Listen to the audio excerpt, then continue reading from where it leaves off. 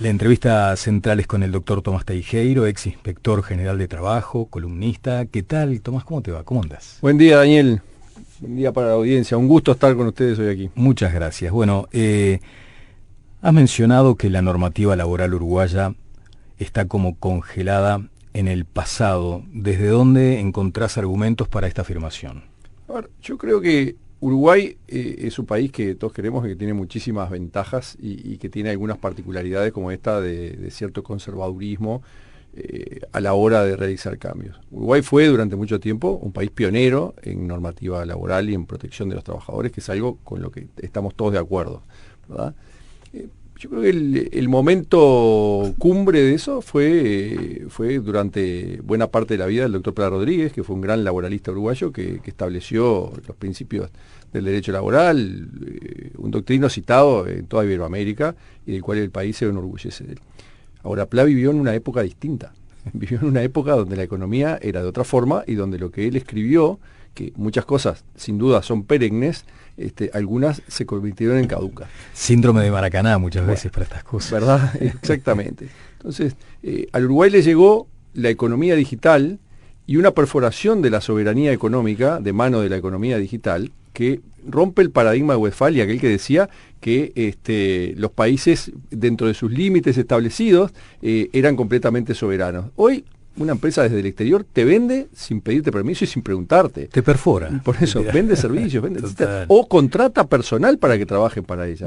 Entonces, aquellos parámetros del derecho laboral que a todos nos resultan válidos en una economía tradicional, ¿verdad? Claro. O que nos pueden resultar a veces rígidos o que deberían tener ciertos matices, etcétera, pero no resultan válidos. Aquellos paradigmas que se han defendido siempre y que hoy todavía rigen en Uruguay, están pasados de moda. Claro. Entonces, regular esto con eso resulta incongruente. Claro. Tomás, más adelante te voy a preguntar por qué, naturalmente, en ese cambio eventual de paradigma, puede darse esa lógica que ahora se discute tanto con esto de las integraciones regionales o comerciales, puede darse esa lógica de ganadores-perdedores, quienes ganan y quienes pierden en la eventualidad de un cambio de paradigma en estos vínculos. Pero también te he leído con atención cuando mencionás que esta cuestión de la normativa laboral uruguaya está congelada en el pasado, como decíamos, pero cuenta con el beneplácito de las corporaciones de empresarios y corporaciones de sindicalistas.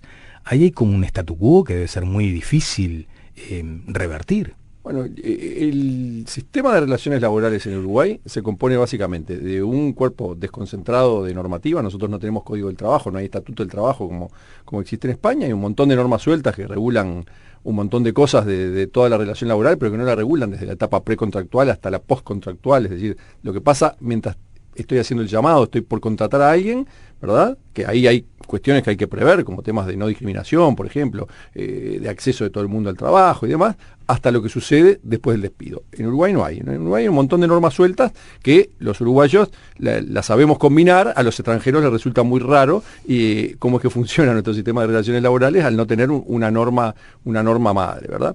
Eso es la pata jurídica de las relaciones laborales. Te hago una interrupción. ¿Por qué no se llegó a un corpus que le dé cierta formalidad? Yo creo que es algo bien característico de un derecho que se ha ido haciendo de manera aluvional a lo largo de muchísimas décadas, ¿verdad? Y que también tiene su cuestión positiva. Desde el Ministerio de Trabajo en el gobierno anterior, con el ministro Mieres, el ministro Aristi y la doctora Arlegui, promovimos un decreto, es el decreto 371 del año 22, por el cual los procesos ante la Inspección General del Trabajo quedaron sistematizados en un cuerpo normativo que establece el proceso y que otorga garantías a los administrados, ¿verdad? Pero es un granito de arena puntual, muy puntual. En un universo de cuestiones que son desconcentradas. Pero bueno, es parte de nuestra naturaleza. Entonces te decía, el sistema de relaciones laborales en Uruguay tiene un cuerpo desconcentrado de normativa, que es esta, y por otro lado tiene la negociación colectiva, que desde la década de los 40 a través de los consejos salarios se lleva adelante. En la negociación colectiva los sectores son tres: el Estado, los empresarios y los sindicatos. Yo creo que, como están dadas las cosas, nadie discute que la negociación colectiva en el Uruguay es algo que está establecido. A mí me gustaría que eso se resolviera de otra manera, pero está establecido, son normas de juego y tenemos que jugar con ellas. Pero la negociación colectiva tiene carencias. Primero, a pesar de que hay leyes que datan del siglo XXI que la regulan, yo creo que es un modelo que ha quedado antiguo en su forma de gestionarse, en la manera de llevar adelante la mediación, y tiene al Estado entrometido en la vida de los particulares. Y de dos particulares, que son los sindicatos y las cámaras de empresas, que a su vez tienen intereses que no necesariamente representan ni al 100% de los trabajadores ni al 100% de los empresarios. Entonces, es una cuestión corporativa en la cual todos se sienten más o menos cómodos, las cosas dicen, hay tantas mesas que ya laudaron, que ya llegaron y llegaron al convenio, etcétera, y uno va manejando las estadísticas, al final todos llegan. Pero decime una cosa, ¿no es el rol del Estado estar administrando esas presuntas tensiones? Yo creo que el Estado, el único rol que debería tener es el de la protección. Lo demás, meterse en la vida de empresas, de trabajadores, para decir lo que hay que hacer o incidir. Cuando decís meterse en la vida, ¿a qué te referís? Me refiero a que es una interferencia en los mercados. Que el Estado se esté metiendo a regular salarios, categorías o condiciones de trabajo no deja de ser una interferencia en el mercado. Y una interferencia imperfecta, porque si fuera una interferencia perfecta, es decir, se metiera con todos, estaría bien. Pero se mete con algunos privilegiados que se sientan a la mesa y que de alguna forma trastocan el sistema de competencia, porque no es lo mismo una empresa de Salto, Paysandú o Artigas que una empresa de Montevideo. No es lo mismo el que se sienta a la mesa a negociar condiciones, que seguramente tenga capacidad profesional porque la puede pagar, capacidad técnica porque la tiene, etcétera, que el que está en el mismo rubro compitiendo con 4 o 5 empleados y no con 400. Tomás, ¿y el Estado no es solo convocado cuando precisamente no hay acuerdos? No, el Estado está sentado en todas las mesas y cuando no hay acuerdo vota para un lado o para el otro, pero está sentado en todas las mesas y opina y negocia y hace una tarea de mediación. Opina y negocia. Sí, hace una tarea de mediación. Y esa tarea de mediación que hace el Estado es subjetiva, porque defiende sus propias pautas. De ninguna manera es objetiva. No lo fija el mercado, lo fija el Ministerio de Economía que le dice a Trabajo. Claro, no importa en qué gobierno suceda. No importa en qué gobierno, es el Ministerio de Economía que le dice a Trabajo, pelee tal pauta. Me estaba acordando aquello de los gorros, cuando se dice, bueno, este ministro tiene el gorro sindicalista o aquel otro ministro tiene el gorro empresarial.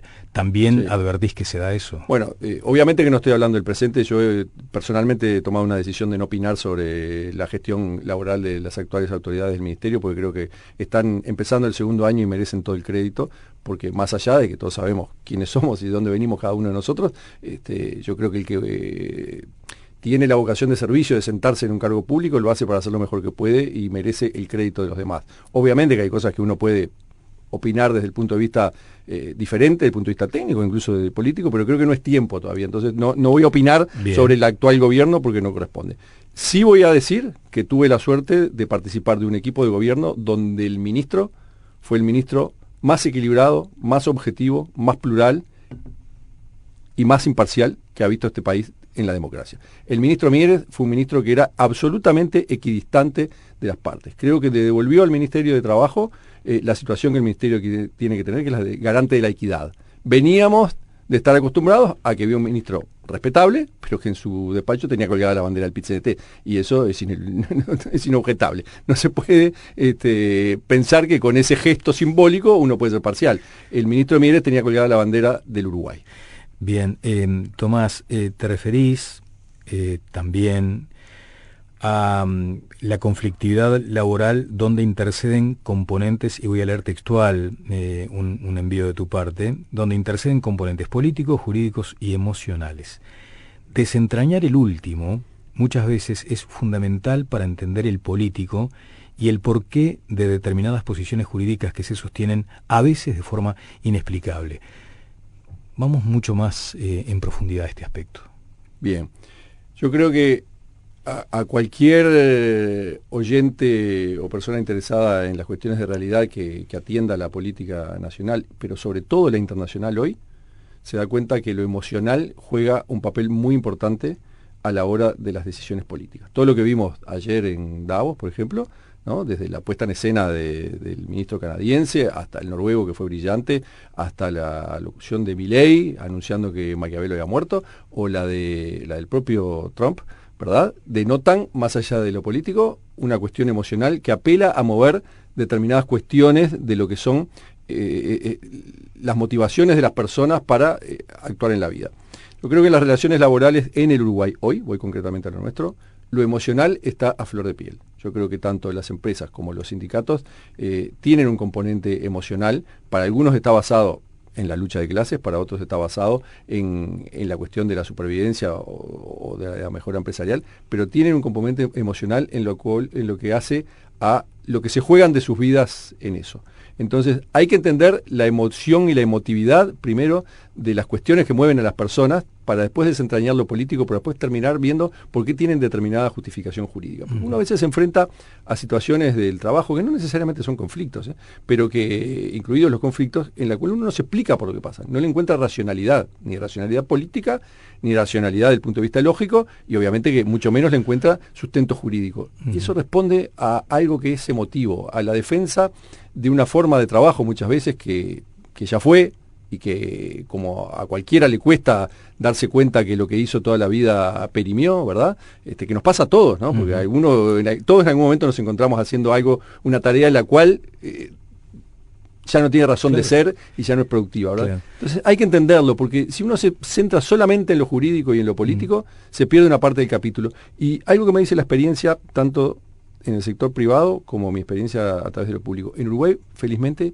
los actores que representan las distintas partes en las cuestiones laborales son actores que actúan de buena fe. Uno no se encuentra con gente de mala fe. Entonces, entender lo emotivo está bueno porque te abre una puerta distinta. Claro. Sin embargo, también hablas del oportunismo sindical.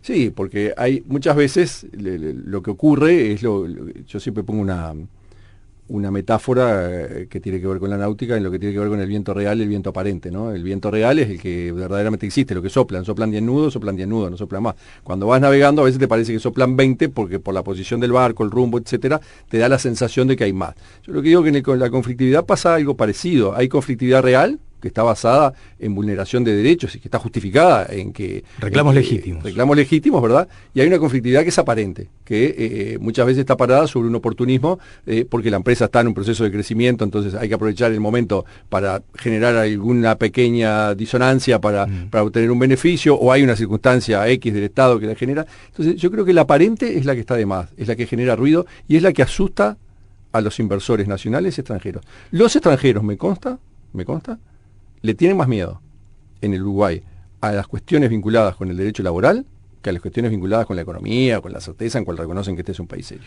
Cuando decís me consta es porque en tu estudio reciben esa inquietud. Sí, me consta porque lo he recibido más de una vez en el estudio, porque he visto encuestas realizadas por cámaras vinculadas con el exterior en las cuales la cuestión laboral es la principal preocupación. Uno ve al ministro Dones de afuera y confía, ¿verdad? Porque el ministro Done, o la ministra Arbeleche, o el ministro Astori en su momento, o el que sea, transmiten confianza porque los ministros de Economía del Uruguay generalmente son gente que son así, transmiten eso porque son gente que sabe y gente seria más allá de los matices de cada uno. Pero al inversor nacional extranjero le preocupa el tema laboral. Ajá. Cuando mencionás el oportunismo sindical, si se quiere también lo asocio con ese concepto que tenés de lo emocional. Ahora, corresponde también que te pregunte, ¿no hay acaso también en algún momento oportunismo empresarial? Es distinto, porque el oportunismo empresarial que puede existir, no existe, yo por lo menos no recuerdo ningún caso, no existe desde el punto de vista de las cámaras, existe desde el punto de vista del particular que aprovecha una situación de mercado o una situación coyuntural para obtener un provecho propio, que en definitiva es para lo que están las empresas. Las empresas están con un fin de lucro y para ganar plata, ¿verdad? No es el mismo fin que pueden tener los sindicatos. Ahora, nunca vas a ver una cámara empresarial embanderada contra el bloqueo en Cuba, por ejemplo. ¿No? Tomás, dejaste una ventanita abierta ahí, así que vuelvo un par de pasos para atrás, sí, porque después has sido muy crítico con Europa, pero dijiste que lo del premier canadiense fue una puesta en escena. No, una puesta en escena me refiero a que todos hicieron un acting, ¿no? Ah, bien. Porque todos, desde Trump, haciendo su explicación de Groenlandia y de Dinamarca y de cómo le salvaron el cuero en el año 44, todos hicieron una puesta en escena muy entretenida. Nos pone frente a un mundo distinto, ¿no? Eso, a ese punto quería llegar, porque lo que se habla allí es, en ese marco de desorden mundial, un cambio de época. Nada es como fue. Bueno, nada es como fue, y eso yo creo que representa, insisto, no hago críticas ni valoraciones del actual gobierno, insisto que para el Uruguay representa un desafío ver cómo nos posicionamos, porque veníamos acostumbrados a casi 70 años de multilateralismo, donde ser los buenos de la película y estar presente en todas las asambleas de ONU y en las de Naciones, en las de OEA y en la OIT y en la Organización Mundial de Comercio, qué sé yo, con eso llenábamos la plana. Hoy hay que posicionarse distinto. Uno tiene que pensar de qué lado quiere estar. El mundo ya ni siquiera es bipolar, es multipolar, ¿no? Entonces nos lleva a un gran desafío que la política exterior del Uruguay tiene que ser cuidadosa de no pisarle los callos a ninguno de los grandes. Teníamos como espejo a Europa, ¿no? Y se nos rompió el espejo. Bueno, Europa, en una cuestión un poco suicida, ha entrado en una decadencia producto de quien se olvida de sus propias raíces, ¿no? Europa que de alguna manera vio nacer Occidente, porque pensate que el origen de Occidente está dado por todo lo grecolatino sumado al cristianismo. No estoy hablando del catolicismo, estoy hablando del cristianismo, ¿verdad? Lo grecolatino sumado al cristianismo es lo que da las raíces a Occidente. ¿Cuáles son las raíces de Occidente? Es el nacimiento de los derechos humanos, la separación del Estado con la Iglesia, el respeto, la promoción de la vida, la dignidad del hombre, etc. Hoy Europa está desconocida. Europa renuncia a sus raíces. Europa tiene familias que, como mucho, tienen un hijo, acoge en masa a personas que no se compadecen de la realidad europea, ni se quieren asimilar a ella, sino que muchas veces la quieren destruir, castiga a los propios, le pone a los jóvenes en una situación en la cual los condena hasta los 40 años a ser mileuristas, a no poder acceder a vivienda. No, es muy triste lo de Europa, que verdaderamente en algún momento debería de despertarse, porque es donde todos nos hemos mirado siempre. Claro. Volviendo sobre el concepto de las relaciones laborales y de ese paradigma que es necesario revisar, hoy te comentaba esta lógica de ganadores-perdedores. En una eventual reestructura, revisión, se van a tocar intereses muy poderosos. ¿Quiénes ganan y quiénes pierden, Tomás?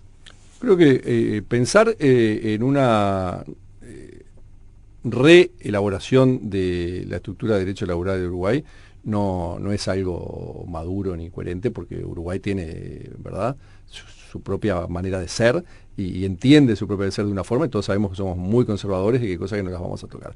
Entonces, no podemos plantear una reformulación de cero. Sí podemos plantear algunos cambios que la hagan más asequible a la nueva economía. Y esos cambios tienen que ser considerando primero que nada el más débil. Obviamente que lo primero que hay que tener en cuenta es al trabajador. Durante el gobierno anterior promovimos desde el Ministerio de Trabajo una ley de trabajo, una ley de trabajo por aplicaciones en materia de traslado de personas y de productos, ¿verdad? Y en los momentos en que discutíamos el proyecto de ley, muchas veces la propia gente del equipo surgía la duda si no deberíamos definir ahí la naturaleza jurídica del vínculo. Básicamente decir que todos los conductores de por aplicaciones o los que llevan bienes o prestan servicios, ¿verdad? No tenían que ser dependientes. Y algunos del equipo insistíamos con que no tenían que ser ni dependientes. No teníamos que definir el vínculo, teníamos que dejar la puerta abierta para que fueran dependientes o autónomos y darles garantías a todos, un piso de garantías que les asegurara determinadas cuestiones que tienen que tener para poder, cualquier persona, ¿verdad? Cualquier persona me refiero, no cualquier trabajador, sino cualquier persona, garantías mínimas para poder acceder a un seguro por accidentes, tener determinadas cuestiones, y que si después esa persona tenía la duda de si su relación era en régimen de dependencia, tuviera la capacidad de poder acceder a la justicia, que es en Uruguay la que nos otorga mayores garantías de todo, y que el juez dijera, sos trabajador o sos independiente. ¿Por qué el Estado se tenía que poner a definir algo? ¿Y qué pasó? Nos criticaron de todos lados, nos dijeron que era un disparate, que esto no acompañaba el derecho internacional, etcétera. A nosotros nos preocupaba cuidar los derechos de los más desprotegidos, la persona que anda en una motito, en un auto o en una bicicleta repartiendo cosas, ¿verdad?, a las 3 de la mañana en algún lado. Nos preocupaba esa persona de carne y hueso, porque nos juntamos con el ministro Mieres, con Aristi, con Arlegui, con 400 personas de estos. Entonces, uno cuando conoce cara a cara y ve las manos, ve la cara, ve la piel curtida del que sufre a las 3 de la mañana, no anda con la bobada teórica de estar atrás del escritorio. Pero tampoco queríamos que se fueran las grandes corporaciones que le dan trabajo a 15.000 personas, ¿no? Que si nos íbamos a una ley del estilo de la ley española, los íbamos a dejar a todos en la calle. Entonces, promulgamos esta ley sobre el final del gobierno, que fue súper criticada. ¿Qué pasó? Este gobierno la reglamentó. Y la reglamentó con un criterio que en algunos puntos difiere del nuestro. Pero esas cosas maravillosas del Uruguay, yo miro desde este punto hoy en día, ¿verdad?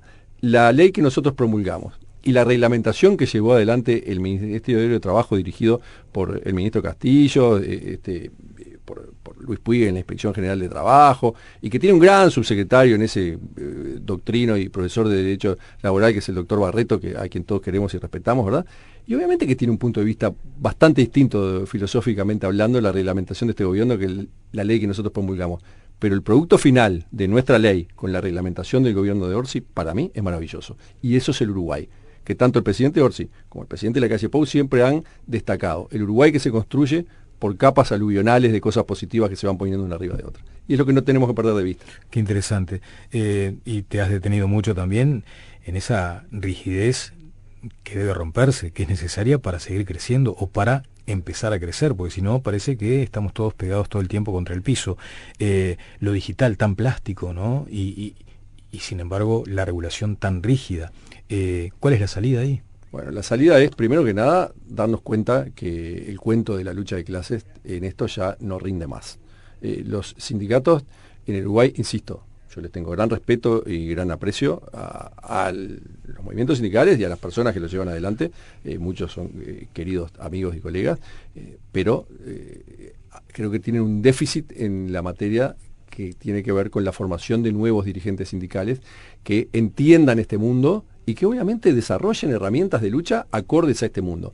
No podemos pensar el mundo digital que ya está acá, razonándolo con las herramientas con las que nos manejábamos en la economía anterior. En aquella capaz que la de la lucha de clases, por más que yo no lo comparta, tenía herramientas que eran válidas. Hoy un piquete frente a la economía digital no es nada. ¿Verdad? Una ocupación frente a la economía digital no es nada, porque las personas hoy no trabajan en lugares. Claro. Bueno, Tomás, muchas gracias por estos minutos. Ahí en tu estudio estaba observando, claro, ustedes allí se detuvieron, por ejemplo, en esta cuestión de lo digital, lo tecnológico también. Les interesa el tema renovables, construcción, el sector financiero y la pesca. En un país que sigue mirando de espaldas al mar. Bueno, yo creo que esto denota bien nuestra forma de ser, ¿verdad? El Uruguay tuvo hace bien poco una gran ampliación de nuestro mar territorial. Tenemos, no sé si no es el doble de mar territorial que de territorio de tierra firme, ¿verdad? Uruguay vive de espaldas, vive pensando en lo que es súper valioso, que ya tenemos porque lo tenemos gestionado, e ignoramos los nuevos recursos. Todo lo que pasó con la pesca el año pasado, más allá de la coyuntura laboral, etcétera, sindical, que fue muy curiosa, que se resolvió de una manera bastante creativa y distinta a como se venían resolviendo los convenios, los conflictos colectivos en la pesca durante mucho tiempo, ¿verdad? Nos dan la pauta de que es un país que no mira el mar, no mira el océano, no mira el Río de la Plata, y donde está una cantidad de recursos, y no solamente una cantidad de recursos, una cantidad de gente dispuesta a explotarla, con oportunidades. Es como tener el lejano oeste que tenían los americanos ahí a 2 metros de la Rambla y no mirarlos. Hay una riqueza escondida que algún momento yo espero que Uruguay despierte y que la aproveche. Doctor Tomás Teijeiro, como siempre, muchas gracias, muy amable. Gracias a ustedes, un gusto, Daniel.